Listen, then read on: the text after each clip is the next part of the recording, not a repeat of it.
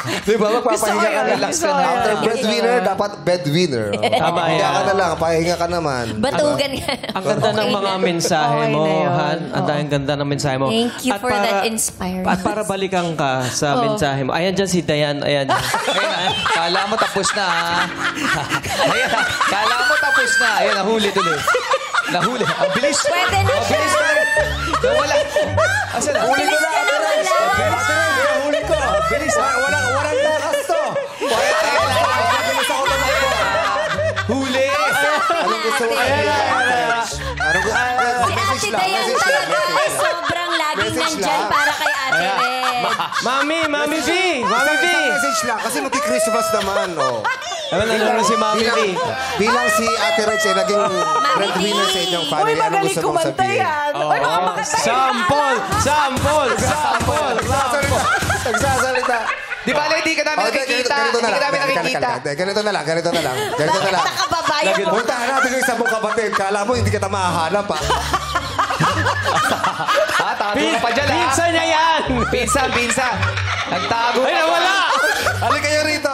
Halika kayo rito. Dito tayo mag-usap. Oh, halika Dito kayo tayo dito. mag-usap. Okay. Hindi.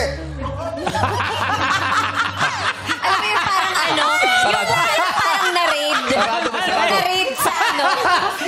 Ayaw Hindi tayo magpakita alis ng- dito. Hanggang mamaya tayo hanggang hindi kayo nagme-message. Ayan na, ayan na. Oo, konting mensahe lang. Parang ni Ray, nagtatrabaho illegal. Hayla kayo. Parang may illegal na Ano ba yan? ginawa. Puro buhok yung mukha mo.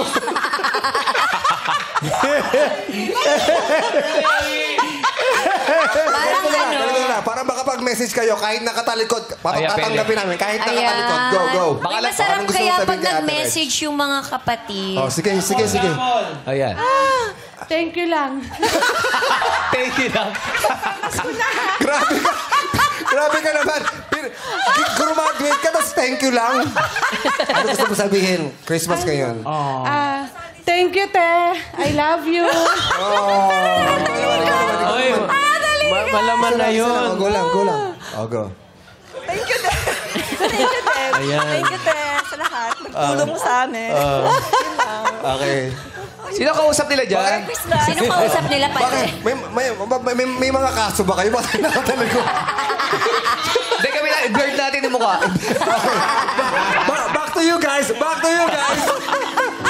Mahihain talaga yung kapatid, pinsan natin. Pero sobra silang maalaga sa'yo. Ay, oo. Nakikita mo talaga yun. At saka alam mo, nakakatuwa kasi, di ba ako dati yung nagre-regalo ng mga kung ano-ano. Ngayon sila na yung nagre-regalo sa akin. Cute. One time, they all gave me a van. Binilan ako ng van, na maganda na van. Basta may ganun sila kasama yung nanay ko. Because they appreciate what I did. Tapos, hanggang ngayon nagpapasalamat sila. Pero ako, sa akin, more than yung pagti-thank you at pagbibigay ng gift sa akin, natutuwa ako na okay na sila. I don't have to worry about them. Yun eh. Yan yung pinakamagandang regalo na balik sa ginawa mo para sa kanila. Stable na yung mga buhay nila, di ba? So, ayun yun. Ganda ng kwento ng breadwinner. Sobrang And ngayon ganda, ay ate. bedwinner.